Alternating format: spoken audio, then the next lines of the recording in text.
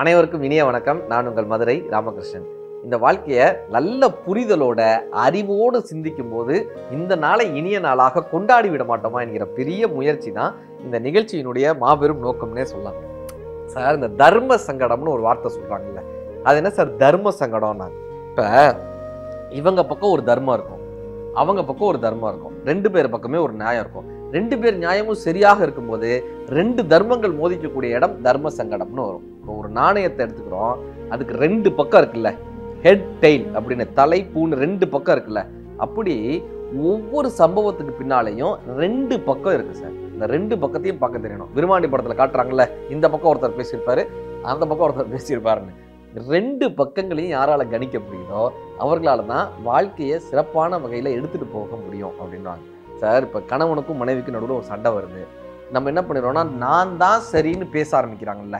எப்பயுமே நான் சரியா இருக்கேன்ப்பா, இந்த உலகமே தப்பா இருக்குப்பான்னு நினைக்கிறாங்கல்ல, அவங்களால நிம்மதியா சந்தோஷமா வாழவே முடியாது சார். எதிரில் இருப்பவர்களுடைய நியாயம் என்ன, எதனால அவங்க கோவப்படுறாங்க, என்ன காரணம் சொன்னா அவங்களுடைய கோபங்களை தணிக்க முடியும், அவர்கள் பக்கம் இருக்கக்கூடிய நியாயம் என்னன்னு ஒருத்தர் யோசிக்கிறார்ல. என் பக்கம் இருக்கிற நியாயம் ஒரு பக்கம் இருக்கட்டும்பா, அவங்க என்ன நியாயம் சொல்றாங்க, எதனால அப்படி பண்றாங்க, இதை கேட்கறதுக்கு யாரால தயாராக இருக்கிறாங்களோ அவங்களால தான் சார் வாழ்க்கையை நிம்மதியா கழிக்கவே முடியும். எதிர்த்தரப்பில் இருக்கக்கூடிய ஒரு நியாயம், எதிர்த்தரப்பில் இருக்கக்கூடிய ஒரு தர்மம், அதை கேட்பதற்கு தயாராக இருக்கக்கூடிய ஒரு காதுகள். இதுதான் நம்ம எப்பயுமே என்ன பண்ணிடுறோம், நாம கரெக்ட் நினைச்சுக்கிட்டே இருக்கோமே. கூட ஆபீஸ்ல வேலை பார்க்கக்கூடிய ஒரு தோழி, அவங்க ஒரு சம்பவம் சொல்றாங்க. ரயில்வே ஸ்டேஷன்ல, நீங்க இந்த ரயில்வே ஸ்டேஷன்ல பாத்தீங்கன்னா, ரயில்வே ஸ்டேஷன்லாம் பாத்தீங்கன்னா சென்னை போன்ற நகரங்கள்ல இந்த ஸ்டால்ஸ் பிஸ்கெட் கடையெல்லாம் இருக்கும்ல, அந்த பிஸ்கெட் கடையெல்லாம் ஒரே மாதிரி பிஸ்கெட் தான் எல்லா இடத்துலையும் வித்துக்கிட்டே இருப்பாங்க. இப்போ இவங்க வந்து ஒரு பிஸ்கெட் பாக்கெட் வாங்கிட்டு ஒரு சேர்ல போய் உட்காந்துருக்காங்க. ட்ரெயின் வரணுன்றதுக்காக ஒரு சேர்ல உட்காந்துருக்காங்க, பிஸ்கெட் பாக்கெட் வச்சுட்டு. இப்போ அந்த பிஸ்கெட் எடுத்து சாப்பிடும்போது பார்த்தா இன்னொரு கை அந்த பிஸ்கெட் பேக்லேருந்து எடுக்குது. யாரான்னு பார்த்தா இவங்க சேரு, இதுக்கப்புறம் ஒரு சேரு, அதுக்கப்புறம் ஒரு சேர்ல ஒரு நண்பர் வந்து உட்காந்துருக்காரு. அவர் ஒரு நடுத்தர வயது மிக்கவர். அவர் என்ன பண்றாரு, இந்த பிஸ்கெட் பாக்கெட்லேருந்து ஒரு பிஸ்கெட் எடுத்து சாப்பிட்றாரு. இந்த அம்மா கோவம் வருது, ஏன்டா நான் பிஸ்கெட் பாக்கெட் வாங்கி வச்சிருக்கேன், இந்த வடிவேல் அண்ணன் காமெடி வரும் தெரியுமா, ஏன்டா ஏன் கூல்ட்ரிங்க்ஸ் ஏன்டா நீ குடிச்ச அப்படின்னு சிங்கம்புலியோட சண்டை போடுவாரு வடிவேல் அண்ணன். ஏன் கூல்ட்ரிங்க்ஸை நான் வாங்கி வச்சா நீ குடிப்பியா அப்படின்னு. அதே மாதிரி சம்பவம். இவங்க பிஸ்கெட் பாக்கெட்டை வைக்க அவர் ஒரு பிஸ்கெட் எடுத்து சாப்பிட்ருக்காரு.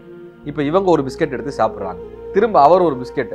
இவங்களுக்கு என்ன கோவம்னா, ஒரு பிஸ்கெட் பாக்கெட்லேருந்து பிஸ்கெட்டை எடுக்கிறார்ல, ஒரு நாகரீகத்துக்காவது எடுத்துக்கலாமான்னு கேட்டிருக்கலாம். ஒரு நாகரிகத்துக்காவது எக்ஸ்கியூஸ் மீ இது நான் கொஞ்சம் எடுத்துக்கலாம் அப்படி சொல்லியிருக்கலாம்.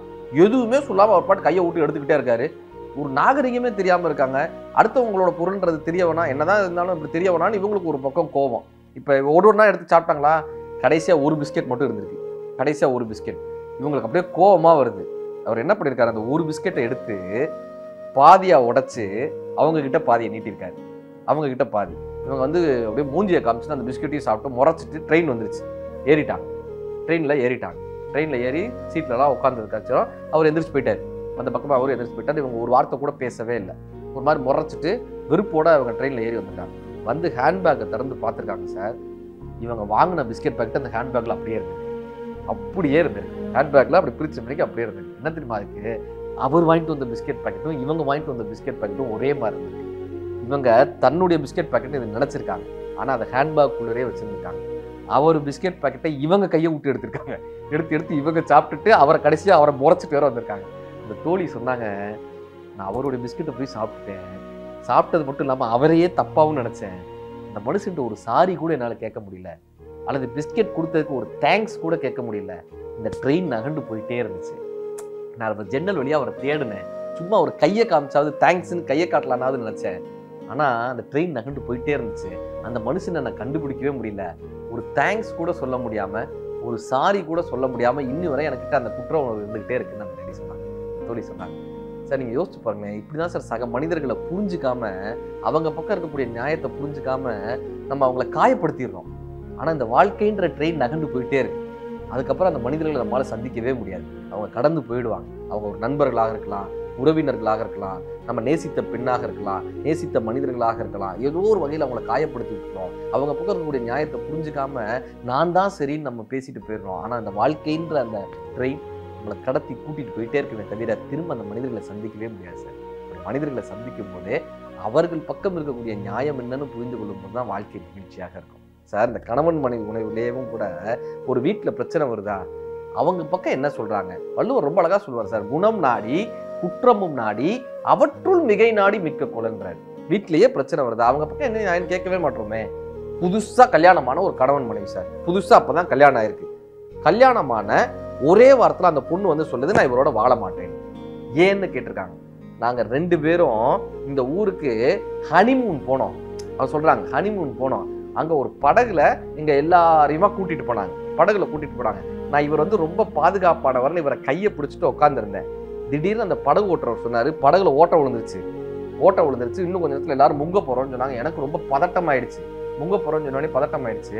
அதுக்கப்புறம் அந்த படகு ஓட்டுறவர் ஏதோ ஒன்று சொல்லிட்டு தண்ணியில குதிச்சிட்டாரு. நான் இவர் என்னை காப்பாத்துவாருன்னு நினைச்சிட்டு இருந்தேங்க, இருந்தாலும் தண்ணியில குதிச்சிட்டாரு, இவரும் தண்ணியில குடிச்சிட்டாரு. கடைசியா நானும் இன்னொரு 3 சின்ன பசங்களும் மட்டும் அந்த படகை இறுக்கி பிடிச்சுக்கிட்டோம். அதுவே ஆடி ஆடி ஆடி ஆடி வந்து கரையில நின்றுச்சு.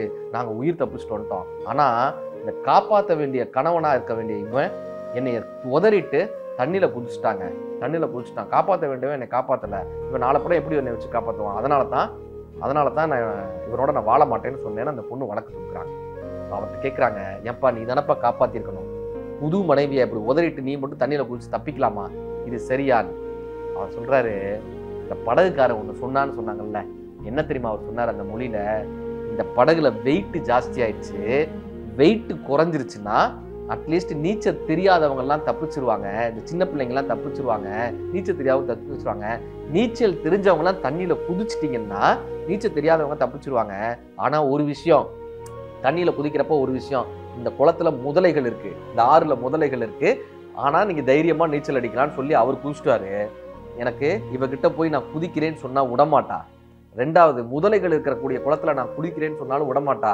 முதலைகள் இருந்தாலும் பரவாயில்லை, முதலைகள் என்னை சாப்பிட்டாலும் பரவாயில்லை, என் மனைவி உயிர் பிழைத்தால் போதும்ன்ற காரணத்துக்காக தாங்க நான் தண்ணியில குதிச்சேன்.